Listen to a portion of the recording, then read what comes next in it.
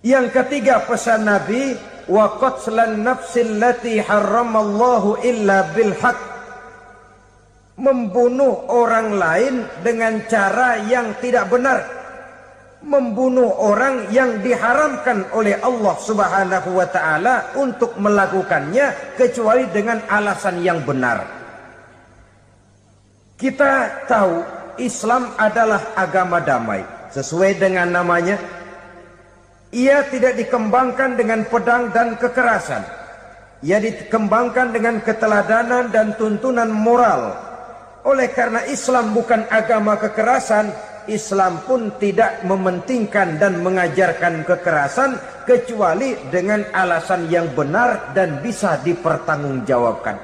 Membunuh dengan sengaja, menghilangkan nyawa orang lain tanpa alasan yang bisa dibenarkan adalah merupakan dosa besar dan satu di antara 7 perkara yang bisa mendatangkan kerusakan dalam kehidupan dan yang hendaknya harus kita jauhi.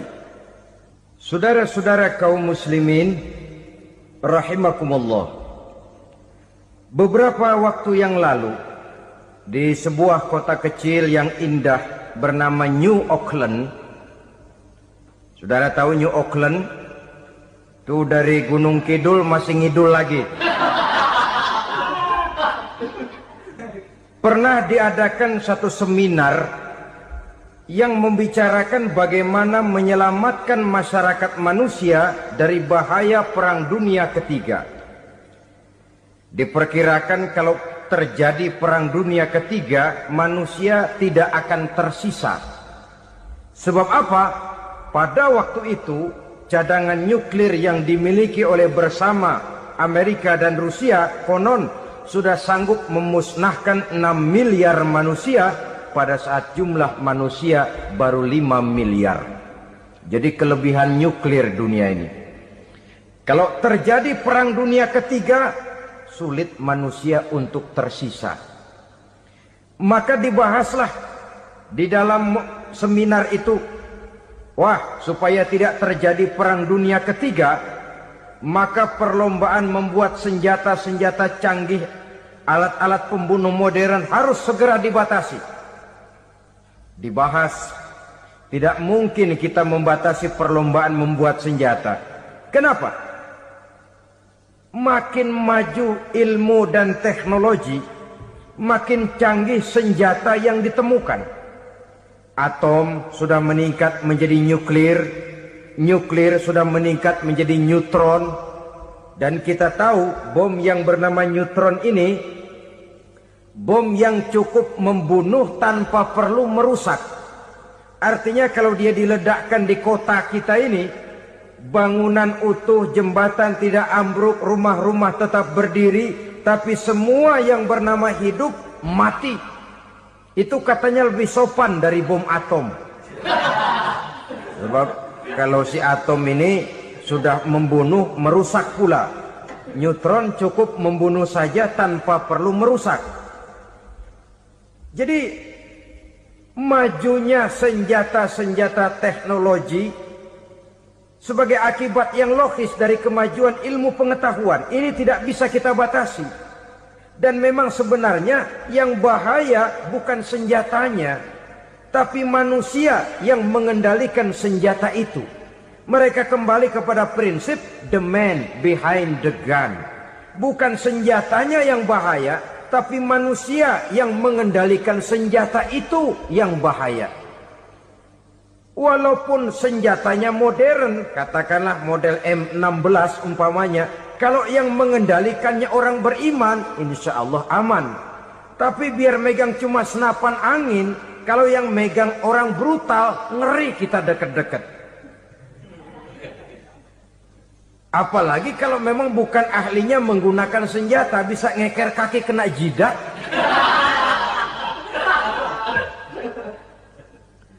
Mereka kembali kepada prinsip lama yang tetap baru, bukan senjatanya yang harus dibatasi, manusia yang mengendalikan senjata itu yang perlu dibicarakan. Nah, kalau begitu, agar manusia tidak mempergunakan senjata sewenang-wenang, apa yang harus kita lakukan? Ya, manusianya harus bermoral. Ya, tapi moral yang mana? Di dunia ini banyak ajaran tentang moral. Itu pun mudah saja. Di sini kan kita undang saja ahli dari berbagai agama untuk membicarakan konsep perdamaian menurut agamanya masing-masing. Baik, setuju itu, setuju. Maka tampillah para ahli agama, mereka kembali kepada prinsip moral daripada konsep yang terkandung di dalam ajaran agama untuk menegakkan perdamaian. Mula-mula naiklah ahli dari agama Hindu. Dibacakan konsep perdamaian menurut ajaran agama Hindu, bahwa untuk damai manusia harus meninggalkan nafsu keduniaannya, menempuh samsara dan sebagainya untuk mencapai nirwana, menjauhi kemegahan dan kemewahan dunia. Ini lalu dibahas, rasanya juga tidak mungkin ini. Kemudian dari agama Nasrani, bahwa untuk damai manusia harus menciptakan sifat kasih sayang. Kalau ditampar pipi kiri, berikan pipi yang kanan. Kalau diberikan selendang, berikan baju. Nanti orang kasihan, lalu dia tidak akan nampar lagi. Ketika ini dibahas, ternyata rasanya pun tidak mungkin bisa diterima. Karena apa? Di zaman sekarang orang ditampar pipi kiri, dikasih pipi kanan. Bukan kasihan, gemes. Damai belum tentu, bonyok udah jelas. Lalu ketika dibacakan konsep perdamaian menurut Quran, di mana disampaikan ayat wa jazaa'u sayyi'atin sayyi'atun misluha faman afa wa aslaha fa ajruhu 'ala Allah. Balasan terhadap satu kejahatan adalah kejahatan yang seimbang. Tetapi barang siapa yang memberi maaf dan mencari jalan damai, itulah yang terbaik dan akan mendapat pahala dari Allah Subhanahu wa ta'ala. Kamu tidak salah ditampar pipi kirimu, tampar lagi pipi kirinya sekeras dia menampar pipi kirimu. Nanti orang tidak mau menampar kita karena dia tahu kalau dia tampar kita, dia akan menderita tamparan sekeras dia menampar kita. Akan terjadilah prinsip saling hormat menghormati, tidak saling ganggu, tidak saling usil, tidak saling jahil. Atas dasar ini perdamaian bisa ditegakkan. Mereka bisa menerima konsep ini, tapi kemudian seminar ditutup tanpa satu keputusan resmi. Kenapa? Terus terang mereka kagum dengan konsep Islam. Tapi sentimen lama terhadap nilai-nilai Islam telah menutup mata mereka untuk menerima kebenaran dari ajaran Al-Quranul Karim. Saudara-saudara kaum muslimin rahimakumullah, kembali kita kepada persoalan pokok. Roh adalah dari Allah. Dia akan kembali kepada Allah, milik mutlak dari Allah. Tidak pantas kita merampasnya dari orang lain. Tidak wajar kita menghilangkannya tanpa alasan yang dibenarkan oleh agama. Di zaman sekarang, akibat persaingan hidup yang makin tajam, lapangan kerja yang makin sulit, tensi ekonomi yang makin tinggi, atau karena nilai moral yang makin rendah, atau juga karena rapuhnya pegangan orang kepada agama, nyawa rasanya sudah sedemikian murahnya. Berbagai kasus membuat berdiri bulu roma kita. Ada mayit, ada manusia dipotong 6, dicincang macam kambing. Ada yang dipotong 5, ada yang dipotong 13, dikardusin, dibuang ke tempat sampah. Inna lillahi wa inna ilaihi raji'un. Gejala apa ini? Kanibalisme. Manusia sudah demikian sadisnya. Manusia sudah sedemikian buasnya, sehingga sesama manusia diperlakukan seperti hewan. Padahal hewan sendiri belum pernah macan makan macan, bagaimanapun buasnya macan. Belum pernah serigala memakan serigala, bagaimanapun brutalnya serigala. Tetapi manusia makan manusia di zaman sekarang kadang jadi kenyataan dalam kehidupan kita. Kadang persoalannya remeh saja. Soal uang 200 perak, pisau bicara, nyawa melayang. Soal rokok sebatang, celurit bicara, nyawa melayang. Soal-soal yang sama sekali tidak prinsip, begitu mudah kita menghilangkan nyawa orang lain. Padahal Nabi pernah memperingatkan, Apabila dua orang muslim sudah berkelahi dan berbunuh-bunuhan, al-qatil wal maqtul finnar, yang membunuh dan yang terbunuh dua-duanya neraka. Sahabat heran, ya Rasul, kalau yang membunuh masuk neraka itu sih wajar, tapi yang terbunuh kenapa neraka juga? Beliau menjawab, dua-duanya sudah punya niat untuk saling membunuh. Niatnya itu yang diponten. Yang terbunuh cuman lagi apes aja, keduluan dia. Umpama tidak terbunuh, pasti dia yang akan membunuh. Oleh karenanya al-qatil wal maktul, yang membunuh dan yang dibunuh finnar, dua-duanya masuk ke dalam neraka. Islam menghormati kehidupan. Tidak hanya terbatas kepada sesama muslim, orang-orang yang berlainan agama pun yang mau hidup berukun, damai, berdampingan dengan umat Islam, jiwa mereka, darah mereka dilindungi oleh nilai-nilai Islam yang disebut dengan kafir zimmi ini. Mengganggu mereka sama saja dengan mengganggu aku, kata Nabi. Jadi oleh karena itu, sayangilah sesama. Kehidupan adalah anugerah Allah. Bukan wewenang kita untuk mencabutnya dari orang lain. Bukan wewenang kita untuk merampas dan menghilangkannya dari orang lain. Apa yang tidak enak terjadi pada diri kita, begitu pula lah apabila terjadi pada diri orang lain. Sehingga Nabi mengatakan, la yu'minu ahadukum hatta yuhibba li akhihi ma yuhibbu li nafsihi. Belum dikatakan beriman seseorang kamu apabila dia belum mencintai saudaranya seperti ia mencintai dirinya sendiri. Apa yang enak dirasakan oleh orang lain, enak juga dirasakan oleh dia. Mengukur orang lain dengan diri sendiri. Kalau orang lain tanpa salah saya fitnah, kalau saya tanpa salah difitnah orang, enak apa enggak? Enggak, orang lain juga begitu. Kalau orang lain tanpa salah saya tempeleng kepalanya, enak apa tidak? Tidak. Orang lain juga begitu. Yang tidak enak terjadi pada diri kita, tentu tidak enak juga kalau terjadi pada orang lain. Mengukur orang lain dengan diri sendiri, sehingga tidak timbul sifat egois, tidak menari di atas bangkai orang lain, tidak mendirikan kebahagiaan di atas untayan air mata orang lain. Sehingga dengan demikian, saudara-saudara, dia bisa menghormati kehidupan, menghormati orang lain sebagaimana dia ingin dihormati. Inilah perbuatan ketiga yang merusak, membunuh orang lain dengan yang diharamkan Allah tanpa alasan yang benar. Yang ketiga. Kemudian yang keempat, perbuatan merusak, wa aklar riba, makan riba. Hidup adalah tolong menolong. Bahasa kerennya take and give katanya. Saling memberi dan saling menerima. Nabi mengajarkan, man kuraba kurbatan min kurabid dunia, karaballahu lahu kurbatan min kurabi yaumal qiyamah. Wallahu fi aunil abdi madamal abdu fi auni akhihi.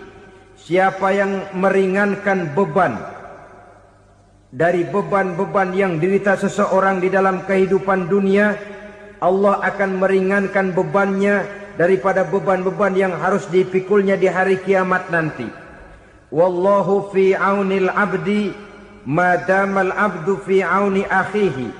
Allah senantiasa akan menolong seorang hamba selama hamba itu masih mau menolong saudaranya. Allah selalu akan menolong seorang hamba selama hamba itu masih mau menolong saudaranya. Apabila kita sudah berpangku tangan terhadap kesulitan orang lain, biasanya pun pada saat kita mendapat kesulitan, kita akan sulit juga memperoleh pertolongan. Nah, riba alias renten, kedoknya adalah menolong orang, tapi sama juga bulu buntutnya dilepas, palanya dicekek. Menolong orang pada akhirnya menjadi beban bagi seseorang. Dan memang mencari orang-orang yang berada dalam posisi kesulitan. Biasanya di daerah-daerah di mana musim paceklik, jadi lapangan kerja sulit, sedangkan urusan perut tidak bisa ditunda. Akhirnya orang terjebak ke dalam rentenir, ke dalam riba, ke dalam renten. Bunga berbunga, sehingga satu saat jumlah bunganya bisa lebih besar dari jumlah pinjaman pokoknya. Kemudian kalau juga ternyata tidak bisa dibayar, rumah jadi taruhan. Memang rumah satu-satunya, begitu rumah ditarik mulain camping. Bukankah pada akhirnya akan mewariskan kesengsaraan? Oleh karena itu, kepada kita berusahalah jangan berhubungan dengan rentenir, jangan makan renten dan riba. Kepada mereka yang melaksanakan riba, walaupun mendatangkan keuntungan materi, tapi percayalah harta yang didapat dengan jalan riba tidak akan membawa keberkahan. Manakala tidak membawa keberkahan, dia tidak akan mendatangkan ketenangan di dalam kehidupan kita. Oleh karenanya, memakan harta riba termasuk perbuatan yang merusak sendi-sendi kehidupan sosial, merusak kehidupan orang lain, merusak kehidupan masyarakat, tetangga, pergaulan, dan sebagainya. Yang kelima, wa akla malil yatim, memakan harta anak yatim dengan cara yang zalim. Nih, memang lezat. Anak yatim itu nggak tahu urusan apa-apa. Kita diamanahkan untuk mengurusinya. Kadang-kadang dibentuklah panitia penyantunan yatim piatu. Yatimnya mah tetap kelaparan, panitianya yang pada gendut.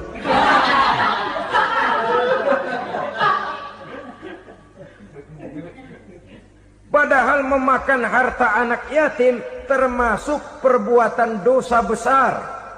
Dan menjantuni yatim merupakan perbuatan mulia. Nabi mengatakan, ana wa kafilul yatim kahataini yaumal qiyamah.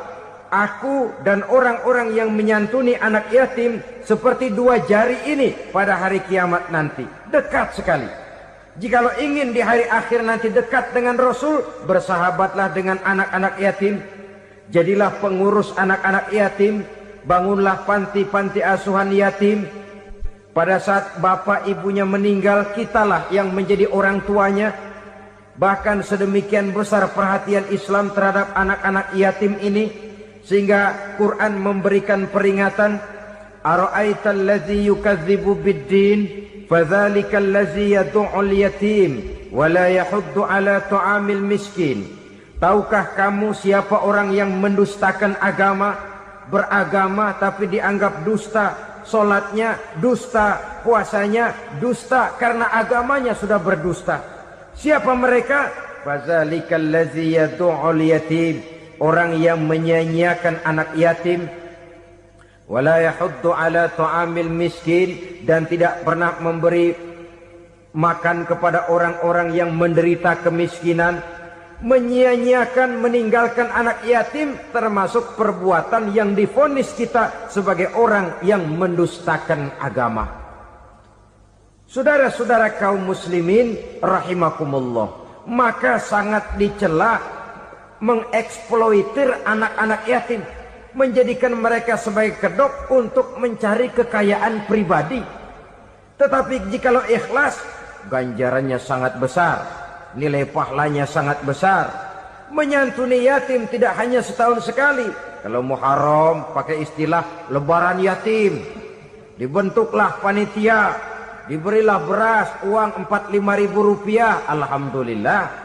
Tapi jangan lupa, si yatim tidak hidup cuma satu hari. Dia tidak hidup cuma di bulan Muharram saja. Dia hidup 12 bulan dalam setahun.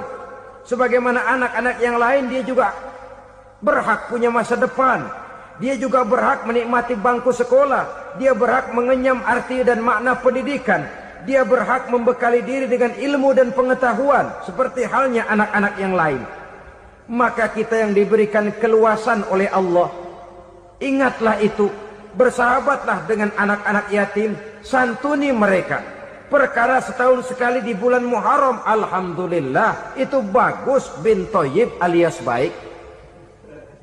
Tapi tentu dan tentu sekali lagi, si yatim tidak hanya hidup di bulan Muharram.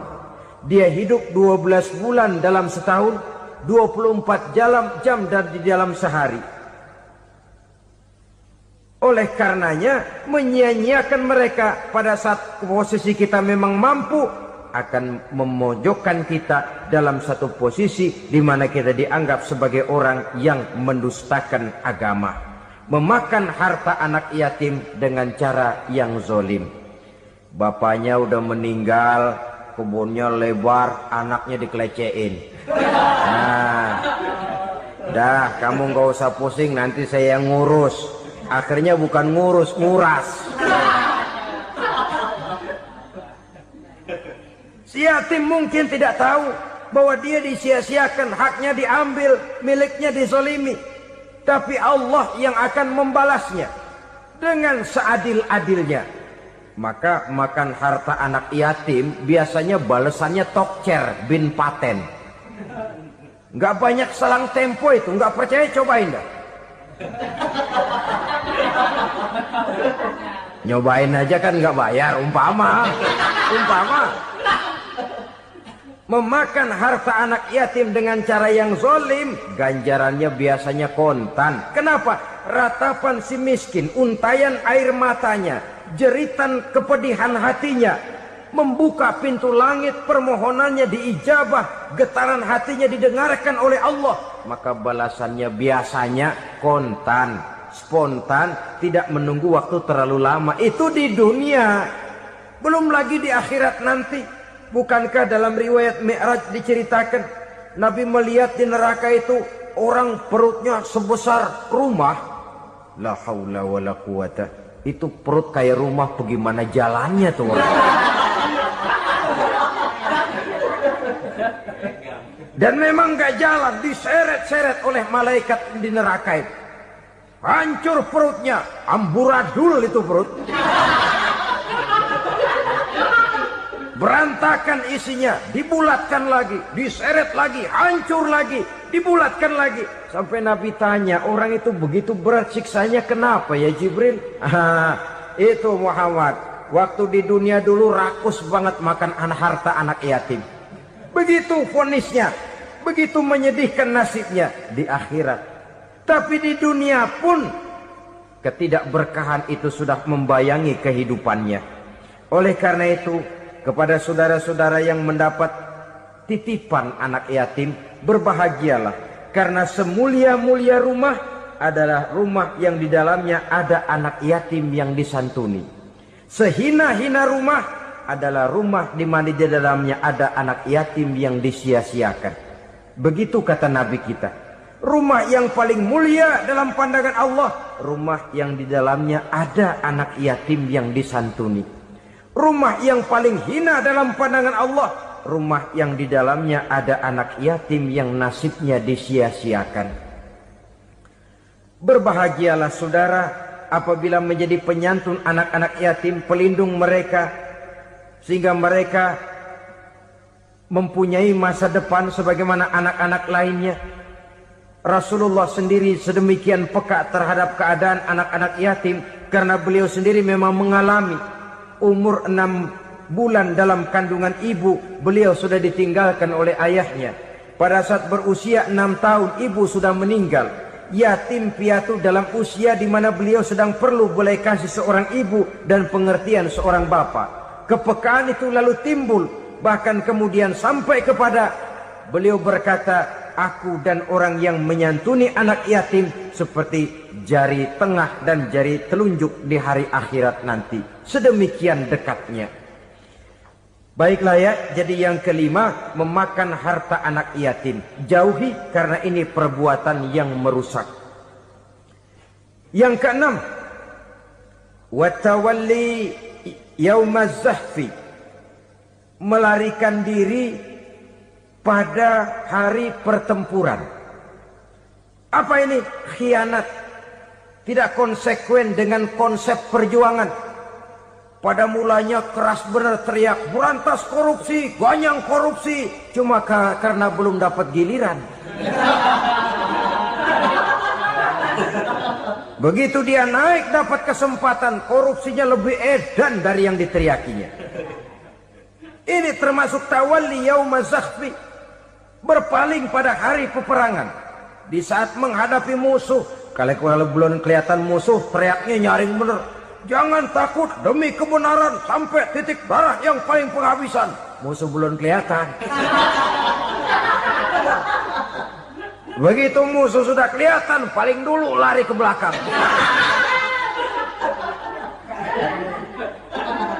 Kalau diajak berjuang ada saja alasannya. Sehingga Quran memberikan peringatan kepada kita semua. Mengapa kamu ini berat? Kalau sudah diajak berjuang di jalan Allah, kakimu seperti terhunjam berakar di perut bumi. Berat untuk melangkah berjuang. Lari dari pertempuran tidak konsekuen dengan konsepsi perjuangan. Mau enaknya saja. Dalam kondisi yang sulit lalu berpangku tangan. Ini termasuk ciri munafik yang di dalam Al-Quran disindir dengan bahasa kullama adha'a lahum masyaufi wa iza azlama alaihim qamu. Waktu terang mereka jalan, giliran gelap mereka mandek.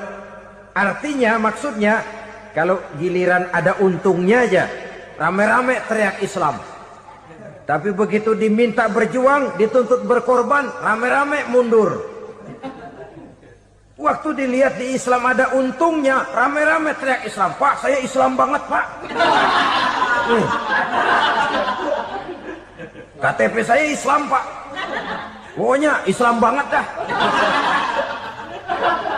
Tapi ketika diminta berjuang, dituntut sedikit berkorban, rame-rame mengundurkan diri. Tahun 65 PKI berontak. Waduh, waktu itu jadi orang Islam untung itu. Nggak dikejar-kejar, aman. Masjid rame, mobil-mobil mewah parkir di depan musola dan masjid. Kenapa? Waktu itu asal udah ke masjid aman. Islam selamat, untung. Tapi begitu keadaan aman, yang parkir di musola sepeda butut melulu.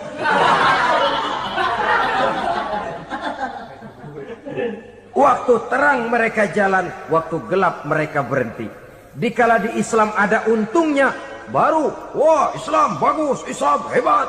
Tapi waktu dilihat ada kerugian, jangan bawa-bawa Islam dah.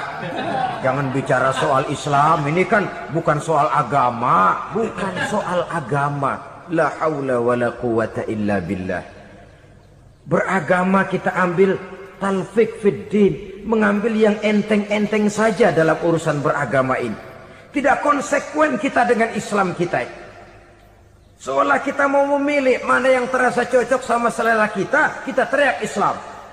Beratan aja dikit, rame-rame berpaling. Itu termasuk tawalli yaumaz zahfi. Para pengkhianat mental-mental hipokrit. Alhamdulillahirrabbilalamin. Demikianlah tausiah penuh ilmu, hikmah dan manfaat yang sudah kita dengarkan bersama dari guru kita Al-Mafrullah Kiai Haji Zainuddin MZ. Sahabat beriman yang dimuliakan Allah, mari kita doakan guru kita, semoga beliau diampuni segala dosa-dosanya dan dilapangkan kuburnya. Dan buat sahabat semua yang sudah setia menyimak tausiah ini sampai selesai, saya ucapkan terima kasih banyak. Doa dan harapan saya semoga sahabat semua selalu diberikan kesehatan, dimudahkan segala urusannya dan dilancarkan rezekinya. Amin ya rabbal alamin. Demikian yang dapat saya bagikan, kurang lebihnya mohon maaf. Sampai bertemu lagi di kajian berikutnya. Wabillahi taufik wal hidayah, waridho wal inayah. Wassalamualaikum warahmatullahi wabarakatuh.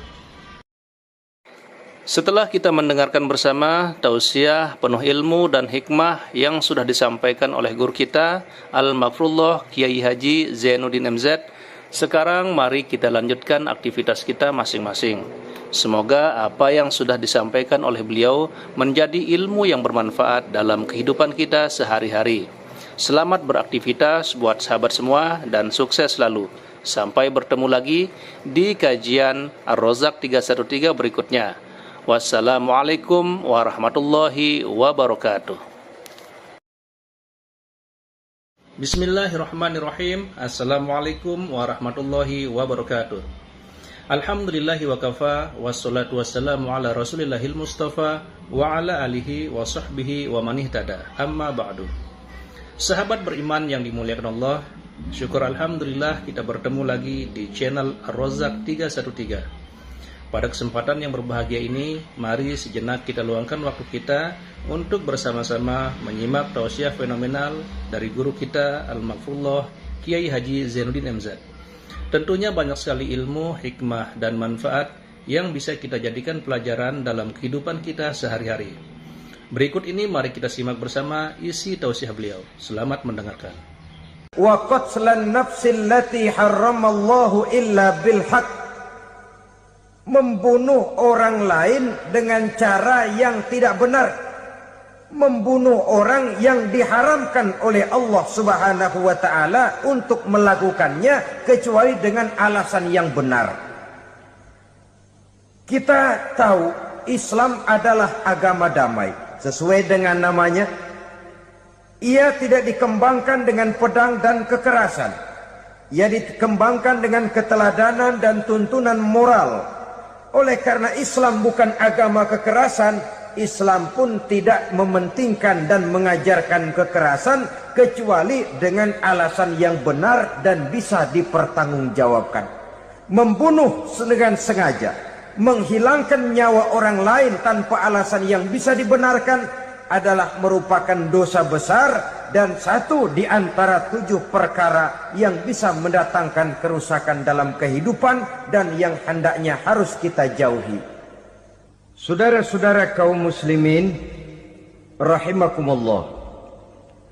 Beberapa waktu yang lalu di sebuah kota kecil yang indah bernama New Auckland. Saudara tahu New Auckland? Itu dari Gunung Kidul masih ngidul lagi. Pernah diadakan satu seminar yang membicarakan bagaimana menyelamatkan masyarakat manusia dari bahaya Perang Dunia Ketiga. Diperkirakan kalau terjadi Perang Dunia Ketiga, manusia tidak akan tersisa. Sebab apa? Pada waktu itu, cadangan nuklir yang dimiliki oleh bersama Amerika dan Rusia konon sudah sanggup memusnahkan 6 miliar manusia pada saat jumlah manusia baru 5 miliar. Jadi kelebihan nuklir dunia ini. Kalau terjadi Perang Dunia Ketiga, sulit manusia untuk tersisa. Maka dibahaslah di dalam seminar itu, wah, supaya tidak terjadi Perang Dunia Ketiga, maka perlombaan membuat senjata-senjata canggih, alat-alat pembunuh modern harus segera dibatasi. Dibahas, tidak mungkin kita membatasi perlombaan membuat senjata. Kenapa?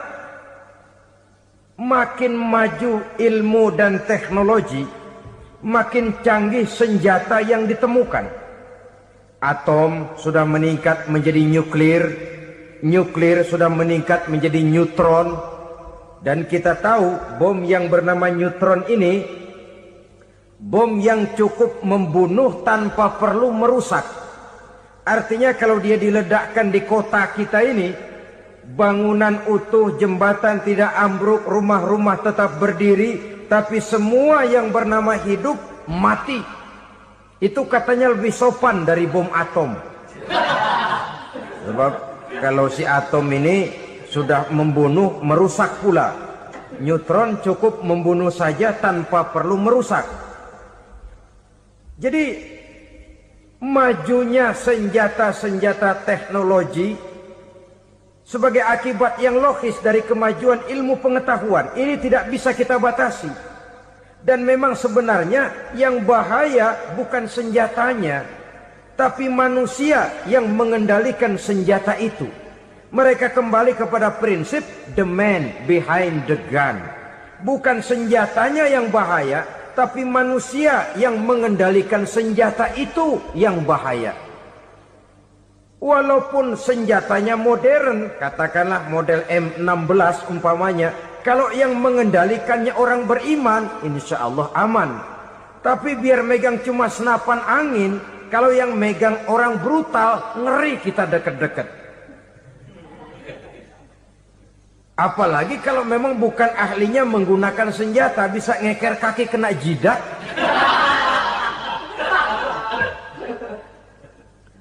Mereka kembali kepada prinsip lama yang tetap baru, bukan senjatanya yang harus dibatasi, manusia yang mengendalikan senjata itu yang perlu dibicarakan. Nah, kalau begitu, agar manusia tidak mempergunakan senjata sewenang-wenang, apa yang harus kita lakukan?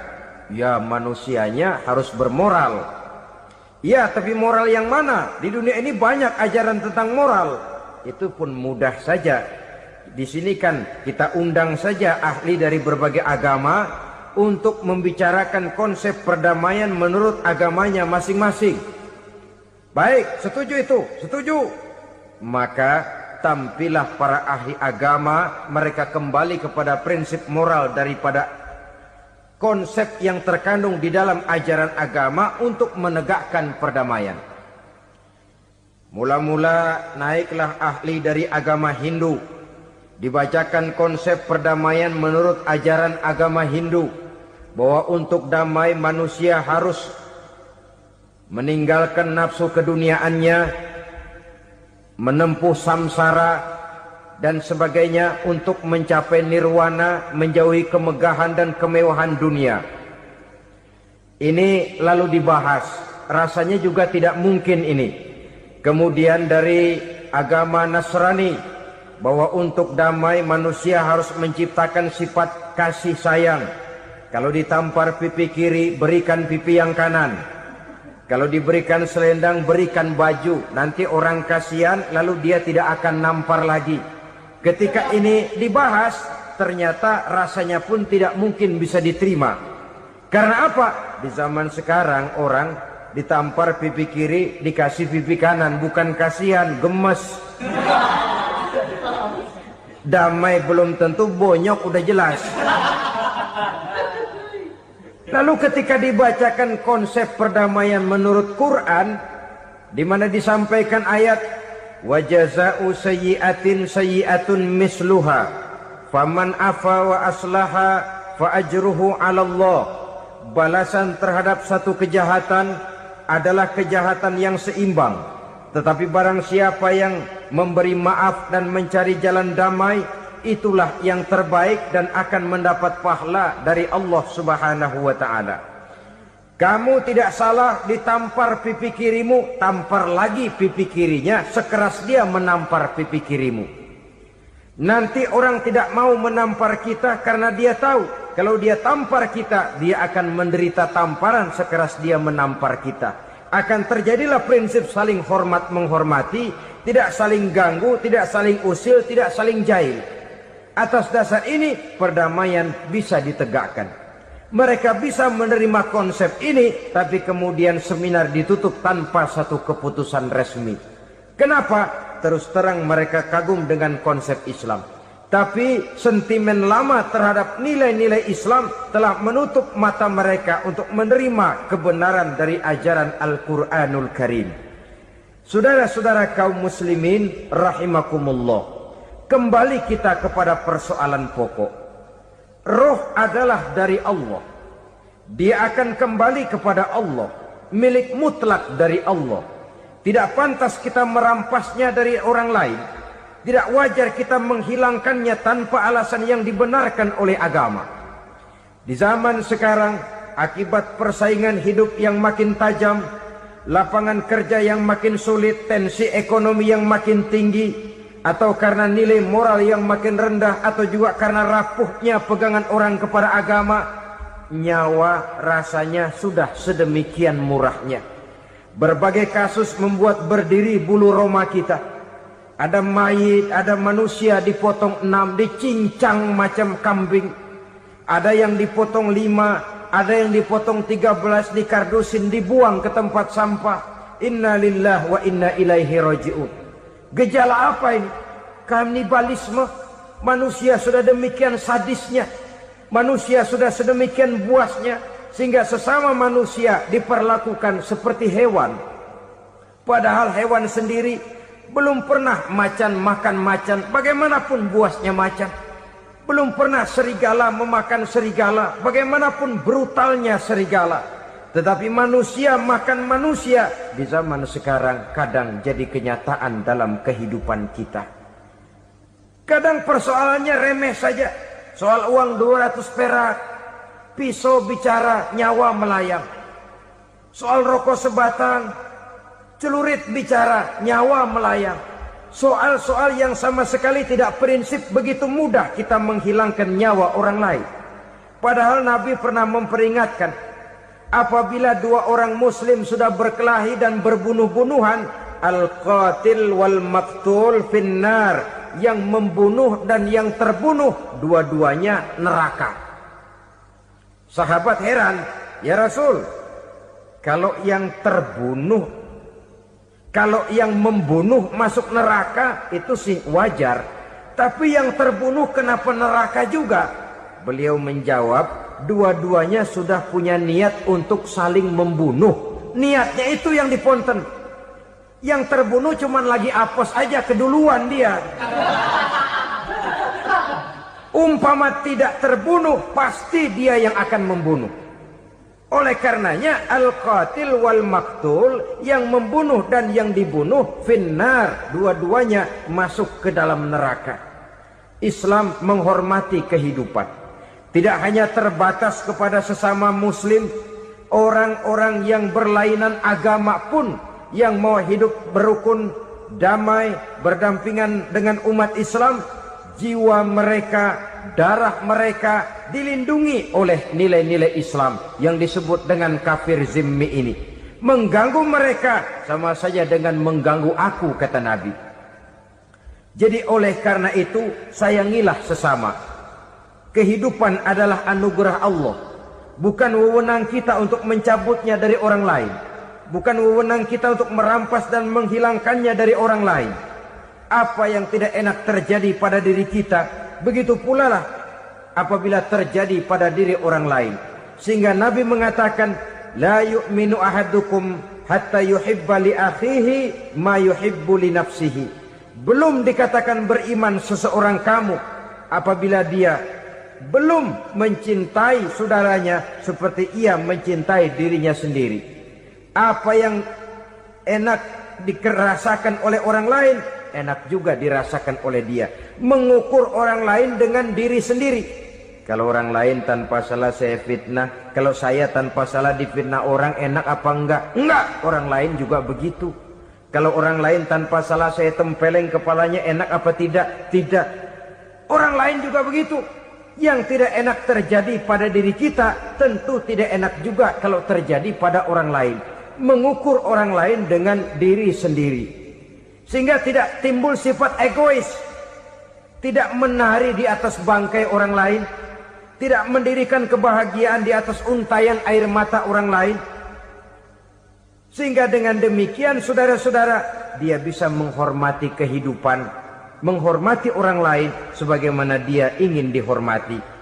Untuk menghancurkan nilai-nilai iman, dibanjiri kita dengan paham-paham yang merusak dan mendangkalkan akidah. Baik ia bernama materialisme, baik ia bernama sekularisme, baik ia bernama banjirnya maksiat dan munkarat, baik ia bernama banjirnya peradaban dan kebudayaan yang menghancurkan moral daripada anak-anak kita. Sedikit demi sedikit melenturkan dan melunturkan nilai-nilai keimanan kita, untuk kemudian pada waktunya nilai iman itu akan bertukar dan berganti menjadi nilai syirik kepada Allah Subhanahu wa ta'ala. Atau pada sisi lain, menjadikan yang selain Allah sebagai tujuan akhir daripada kehidupan kita. Sedangkan kita sama-sama maklum bahwa di dalam pandangan agama Islam, dosa yang tidak berampun, dosa yang terbesar, termasuk dalam kategori bapak moyangnya dosa, tidak lain adalah syirik, yakni menyekutukan Allah Subhanahu wa ta'ala. Pola penghancuran iman ini memang berstrategi. Ditawarkan kita kepada paham materialisme, paham kebendaan, di mana otak menempati urutan sebagai ranking pertama, Tuhan jatuh pada urutan kedua. Lalu menyusul kepada paham sekularisme, Allah dipisahkan dari seluruh kegiatan hidup ini, untuk pada gilirannya menjadikan yang selain Allah sebagai tujuan akhir daripada seluruh kegiatan hidup kita. Oleh karenanya, kewajiban menjaga nilai-nilai iman ini merupakan kewajiban yang mulia tetapi berat, tidak hanya untuk kita, tetapi juga bagaimana mewariskannya kepada anak-anak kita, generasi yang akan datang. Orang-orang tua bijaksana yang diceritakan di dalam Al-Quran, kalau sudah berpikir tentang anak-anaknya, pertanyaan yang paling mereka risaukan ialah, ma ta'buduna min ba'di. Anakku, kalau pada satu saat aku, ayahmu sudah tidak ada lagi di dunia ini, meninggalkan kamu semua, ma ta'buduna min ba'di, apa yang akan kamu sembah nak? Jikalau sekarang ayahmu masih mau ke masjid, masih mau melakukan rukuk dan sujud, masih beribadah menyembah Allah Subhanahu wa ta'ala, kalau orang tuamu sudah tidak ada, ma ta'buduna min ba'di, masihkah engkau mau datang ke masjid? Masihkah engkau mau rukuk dan sujud? Masihkah engkau mau menyembah Allah Subhanahu wa ta'ala? Pertanyaan ini yang dipikirkan oleh Nabi Yakub kepada putra-putranya. Pertanyaan ini yang diteruskan oleh Nabi Ibrahim kepada anak-anaknya.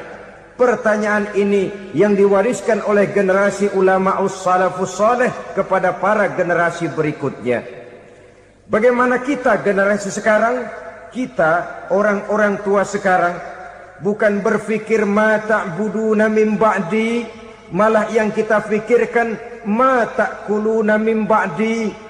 Kalau bapak tidak ada nanti kamu makan apa nak? Perkara kamu nyembah apa, urusan nomor 18. Yang penting kamu nanti hidup bisa makan nak. Maka kita sibuk mewariskan harta kepada anak-anak kita. Kita sibuk mewariskan kebun dan tanah kepada anak-anak kita. Kita sibuk mewariskan pabrik kepada anak-anak kita, sementara kita lupa mewariskan intan yang paling mahal, mewariskan mutiara yang paling berharga, yaitu nilai iman kepada Allah Subhanahu wa ta'ala.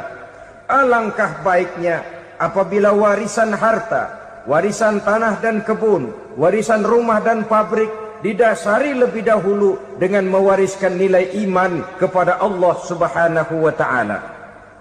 Sebagai orang-orang tua, kita boleh bersedih kalau anak kita tidak mengerti komputer. Kita boleh bersedih kalau anak kita tidak mengerti matematika. Kita boleh bersedih kalau anak kita tidak mengerti bahasa Inggris.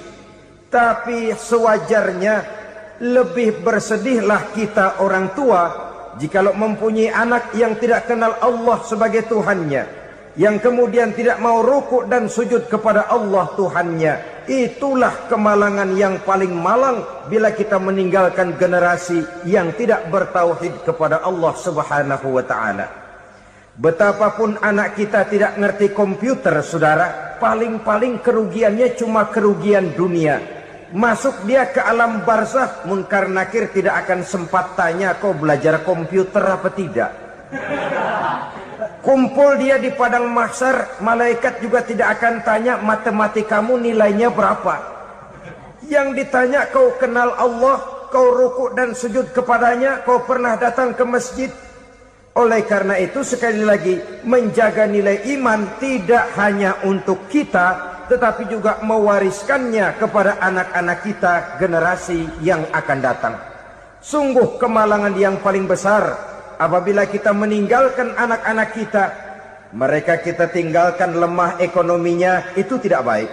Mereka kita tinggalkan lemah otaknya, itu pun akan membuat mereka tertinggal oleh yang lain. Tapi yang paling celaka, jikalau kita tinggalkan mereka dalam kondisi lemah imannya, rapuh akidahnya, tidak baik dan tidak betul keyakinan hidupnya. Oleh karena itu Nabi berpesan, jauhilah 7 perkara yang merusak. Yang pertama, syirik kepada Allah Subhanahu wa ta'ala. Menyekutukan Allah baik dalam ucapan, dalam keyakinan, ataupun dalam perbuatan. Ini perkara pertama yang termasuk 7 perusak besar di dalam kehidupan. Kalau sudah jatuh kita ke lembah syirik, bagaimanapun banyak kebaikan yang kita kerjakan, berjiwa sosial, bertangan pemurah, gemar menolong orang lain, kalau memang dasarnya syirik, maka seluruh kebaikan kita akan hancur, tidak akan ada nilainya dalam pandangan Allah Subhanahu wa ta'ala. Dalam pandangan manusia, mungkin kita dicatat sebagai orang sosial, gemar menolong orang lain, tidak berpangku tangan melihat orang yang mendapat kesulitan. Tapi oleh karena dasarnya syirik, dasarnya tidak mentauhidkan Allah, maka seluruh nilai kebaikan yang kita kerjakan tidak akan ada nilainya dalam pandangan Allah Subhanahu wa ta'ala. Maka jagalah iman kita, jangan sampai dihinggapi penyakit syirik yang bagaimana kecilnya sekalipun. Sekali lagi, baik syirik dalam bentuk ucapan, syirik dalam bentuk keyakinan, sampai kepada syirik dalam bentuk perbuatan, kita berhindar kepada sifat-sifat yang sedemikian itu. Karena apa? Dalam satu ayat Quran Allah Subhanahu wa ta'ala menjelaskan, innallaha la yaghfiru ayyushraka bih wa yaghfiru ma duna dzalika liman yasha. Allah tidak akan memberi ampun kepada orang-orang yang menyekutukannya, tapi Allah masih mau memberikan ampun kepada dosa-dosa yang selain itu bagi orang-orang yang dikehendakinya. Dosa selain syirik, apabila kita bertaubat, Allah masih mau mengampuni. Tapi kalau sudah jatuh ke tempat syirik, itu sudah dosa yang tidak berampun. Taubatnya tidak lain melepas syirik, kembali kepada tauhid, berkeyakinan bahwa hanya ada Allah Subhanahu wa ta'ala, Tuhan satu-satunya, yang lam yalid walam yulad walam yakul lahu kufuwan ahad. Tidak beranak, tidak pula diperanakkan, dan tidak satupun yang dapat menyerupai Tuhan Allah Subhanahu wa ta'ala. Saudara-saudara kaum muslimin rahimakumullah, bahwa kita di zaman sekarang memang tidak menyembah berhala, ya. Bahwa kita tidak berterang-terangan mengatakan Tuhan lebih dari satu, memang. Bahwa kita tidak berkeyakinan Tuhan itu punya anak atau diperanakkan, tentu. Tapi dalam perbuatan dan i'tiqad, kita kadang-kadang jatuh tanpa kita sadari ke tempat yang bernama syirik ini. Oleh karenanya, di zaman di mana teknologi makin canggih, di mana kemajuan pembangunan makin menjangkau berbagai aspek kehidupan, diperlukan keseimbangan antara kemajuan fisik material dengan kemajuan mental spiritual. Apabila tidak ada keseimbangan yang terwujud, tentulah kepincangan yang diawali dengan pincangnya cara kita berpikir, sehingga pada akhirnya akan mengarah kepada pincangnya cara kita berbuat dan bertindak di dalam kehidupan kita. Masya Allah, sangat luar biasa tausiah yang sudah disampaikan oleh guru kita Al-Mafrullah Kiai Haji Zainuddin MZ. Sahabat beriman yang dimuliakan Allah, tetaplah di channel ini karena kajian ini belum selesai dan masih banyak lagi hal-hal menarik yang akan disampaikan beliau. Selamat mendengarkan. Oleh karena itu Nabi berpesan, jauhilah sifat syirik, karena syirik merupakan dosa yang teramat besar. Ini sifat merusak yang pertama. Yang kedua kata Nabi, wasihra, jauhilah sihir. Sihir ini juga termasuk perkara yang merusak kehidupan. Kita semua sama-sama maklum bahwa sihir sebenarnya bukan persoalan baru. Sejak sebelum datang Islam, sihir itu sudah ada. Di zaman Yunani kuno, sihir ada. Di zaman Mesir kuno, di zaman Cina kuno, dan yang lain-lain yang serba kuno, sihir itu sudah ada. Bahkan para nabi pun, para rasul yang diutus oleh Allah Subhanahu wa taala senantiasa berhadapan dengan ahli-ahli sihir untuk menguji kebenaran dari misi yang mereka bawa. Sihir adalah perbuatan di luar kebiasaan yang bisa dikerjakan oleh ahlinya dengan bantuan jin atau setan. Hukum mempelajari sihir adalah haram, mengamalkannya lebih haram lagi. Sebab itu saudara-saudara, sihir merupakan perbuatan merusak yang harus kita jauhi.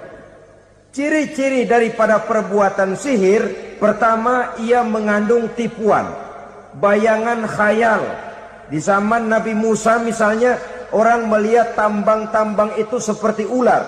Nabi Musa melayangkan tongkatnya menjadi ular-ular besar yang memakan ular-ular kecil ciptaan tukang-tukang sihir Fir'aun tadi. Lalu sihir bisa terjadi dengan bantuan jin kafir atau setan. Kemudian ciri yang ketiga, sifatnya halus dan tersembunyi. Taruh kata ada seorang ahli sihir yang mempergunakan ayat-ayat Quran sebagai jompa-jampe, sebagai baca-bacaan, itu cuma sekedar kedok. Tujuannya tidak lain menjadikan agama sebagai ketok untuk membenarkan cara yang dimurkai oleh Allah Subhanahu wa taala.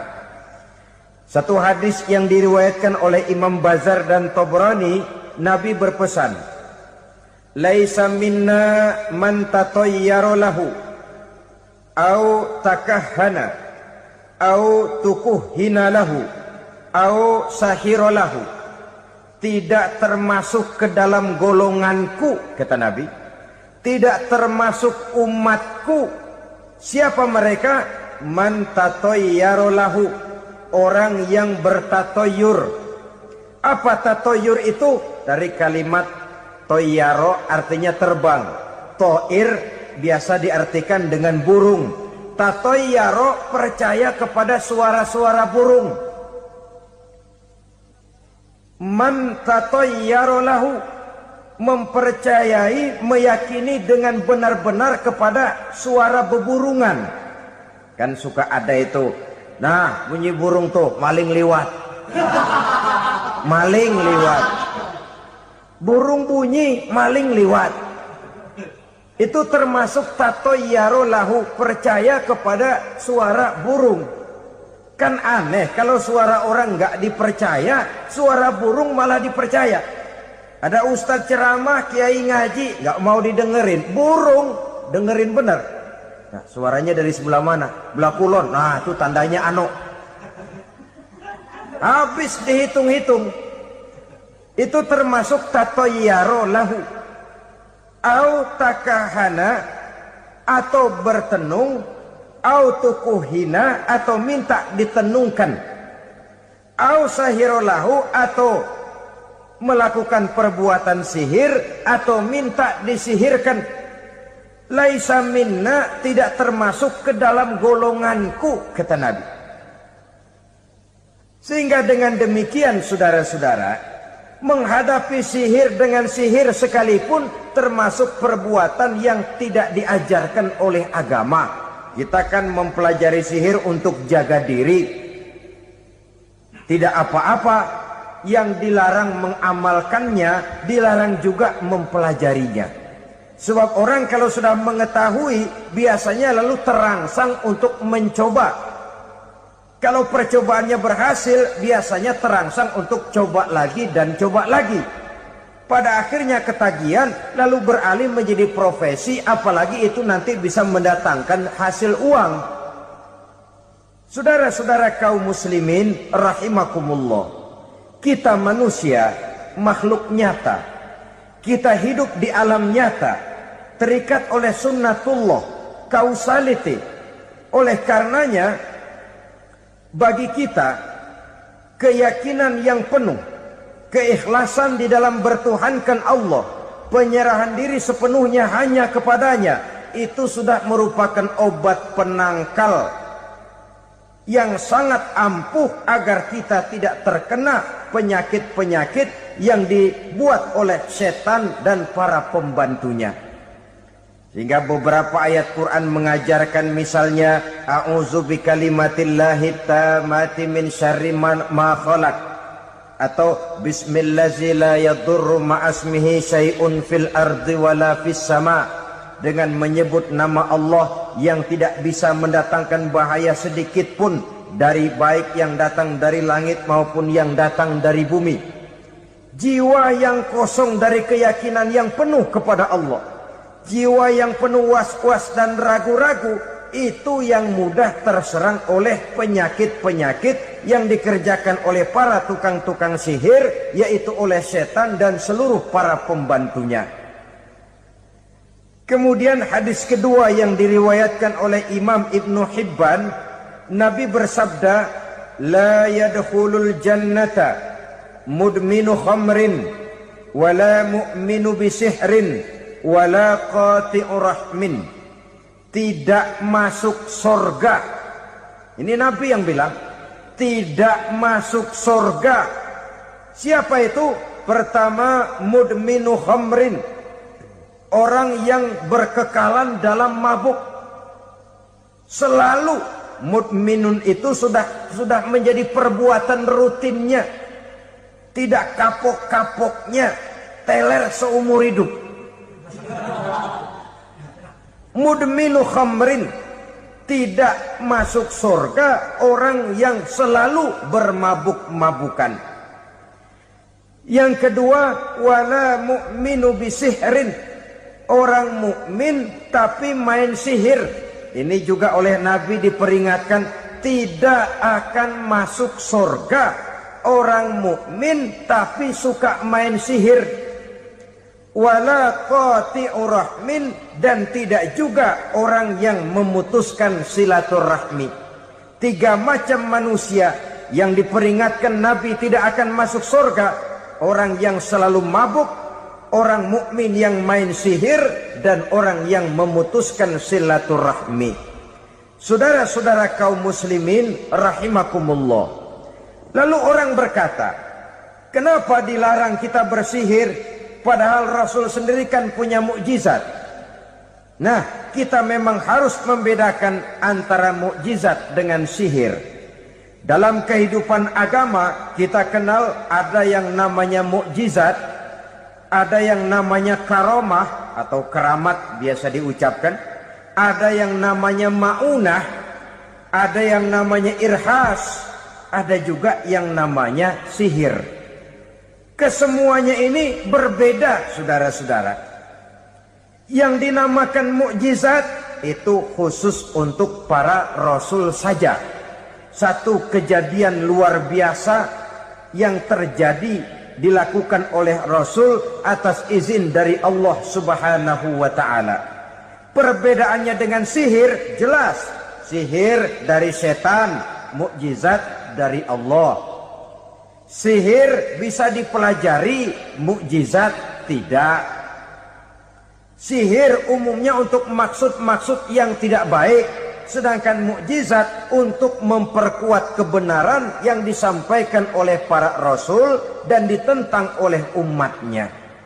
Bahkan kafir Quraisy dahulu menganggap orang-orang ahli sihir itu berada dalam satu posisi yang hina, sehingga mereka mengatakan dan menuduh Nabi Muhammad sebagai tukang sihir. Tuduhan sebagai tukang sihir adalah tuduhan yang sangat aib dan hina.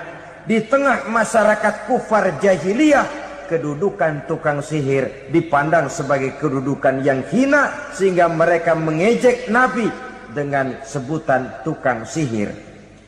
Jadi mukjizat hanya untuk Rasul saja. Kemudian karomah. Karomah ini asal kata dari karomah, kehormatan, kemuliaan yang diberikan Allah kepada hamba-hambanya yang rajin mendekatkan diri kepadanya. Oleh karena ketekunannya melaksanakan ibadah, Allah memberikan keistimewaan kepada orang itu, yang dengan keistimewaannya dia bisa mengerjakan yang tidak bisa dikerjakan oleh orang lain. Karomah hanya bisa dicapai dengan prestasi ibadah. Kalau sihir, mau ibadah apa enggak, asal dia belajar, bersatu dan berteman dengan setan, memenuhi persyaratan-persyaratan setan, biasanya lalu bisa. Sedangkan karomah tidak mungkin terwujud tanpa orang mendekatkan diri sedekat-dekatnya kepada Allah Subhanahu wa ta'ala. Maka kita lihat biasanya orang-orang yang punya ilmu sihir, mukanya rata-rata nggak enak dilihat. Kumuh, jauh dari air wudhu, jauh dari sujud kepada Allah, malah berteman dengan setan, menjadi pelayan-pelayannya setan. Saudara-saudara, adapun maunah, keistimewaan yang diberikan Allah kepada hamba-hambanya yang belum sampai kepada tingkat wali, tapi orang itu lebih banyak kebaikannya daripada kesalahannya. Umpamanya, saudara jalan bertiga di pinggir jalan, saudara ada pada posisi di tengah, lalu bertiga ini ketabrak mobil. Menurut perhitungan saudara mati lebih dahulu, tapi terjadi hal yang aneh, dua teman saudara mati, saudara malah cuma luka dan lecet sedikit saja. Apa itu? Kalau kita lebih banyak kebaikannya daripada kesalahannya, itu yang dinamakan maunah, pertolongan yang diberikan Allah kepada hamba-hambanya yang lebih banyak kebaikannya daripada kesalahannya. Sedangkan yang dinamakan irhas, kejadian luar biasa pada diri seseorang pada waktu dia masih kecil, yang menunjukkan tanda-tanda keistimewaannya. Itu umumnya pada para nabi pada usia kecilnya sudah ada irhas, tanda-tanda istimewa. Jelas baik mukjizat, karomah, maunah maupun irhas berbeda dengan sihir. Sihir ini jelas saja merupakan bantuan dan persekutuan antara manusia dengan setan. Padahal setan, kata Allah dalam Al-Quran, innahu lakum aduwwum mubin, sesungguhnya setan bagi kamu adalah musuh yang sangat jelas. Saudara-saudara kaum muslimin rahimakumullah, di zaman sekarang dalam menghadapi beban kehidupan yang makin pelik, menghadapi stres yang tidak kunjung selesai, menghadapi persoalan-persoalan yang teramat berat, orang sering mencari jalan keluar kepada hal-hal yang menurut pendapatnya bisa meringankan beban moralnya itu. Pergilah dia mencari sesuatu yang dapat meringankan bebannya.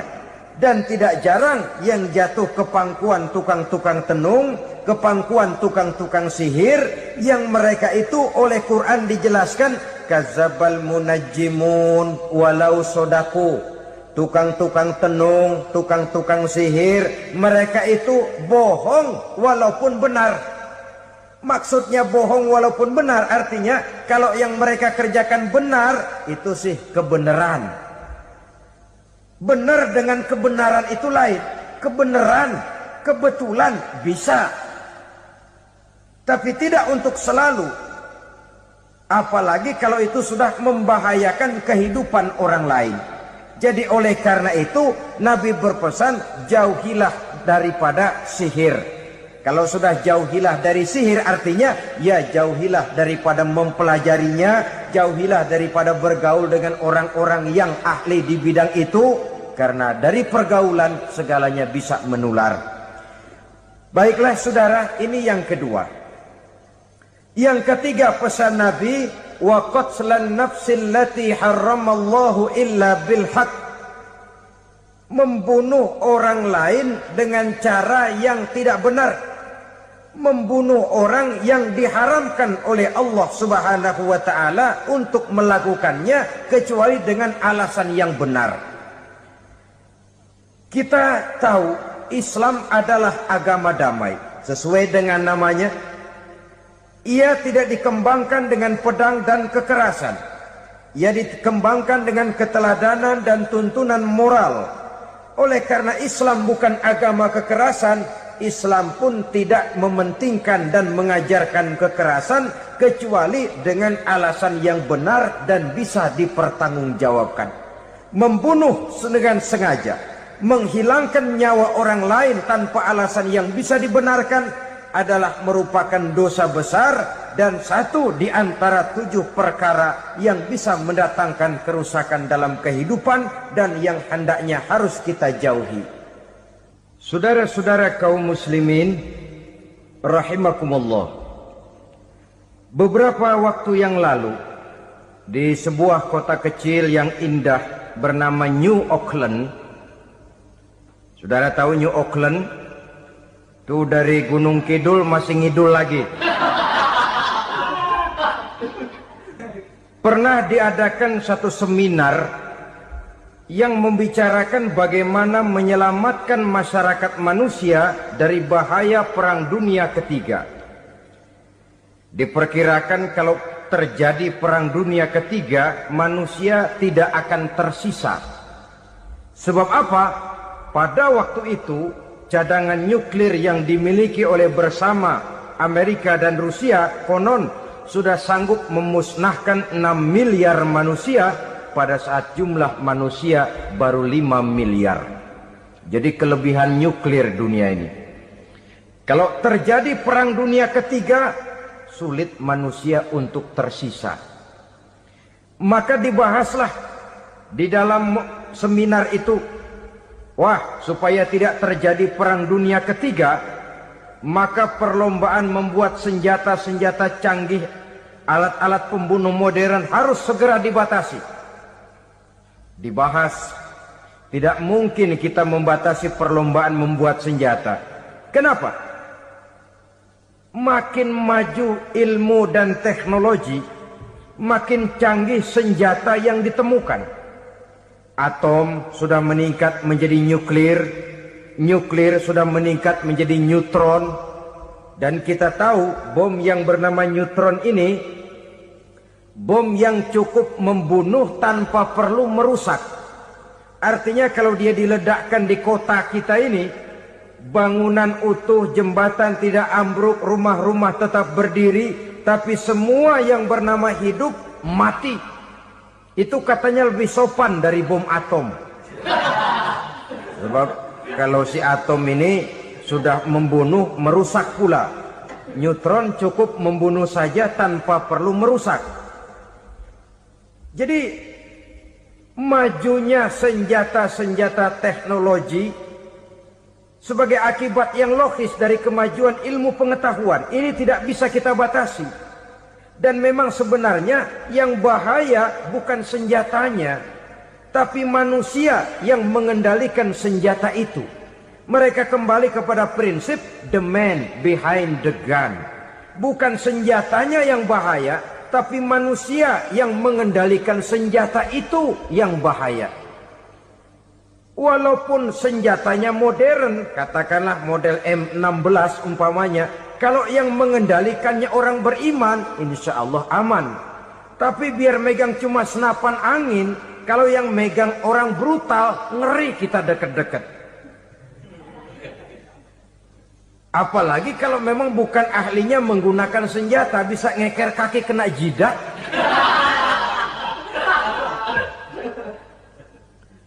Mereka kembali kepada prinsip lama yang tetap baru. Bukan senjatanya yang harus dibatasi, manusia yang mengendalikan senjata itu yang perlu dibicarakan. Nah, kalau begitu agar manusia tidak mempergunakan senjata sewenang-wenang, apa yang harus kita lakukan? Ya, manusianya harus bermoral. Ya, tapi moral yang mana? Di dunia ini banyak ajaran tentang moral. Itu pun mudah saja. Di sini kan kita undang saja ahli dari berbagai agama untuk membicarakan konsep perdamaian menurut agamanya masing-masing. Baik, setuju itu, setuju.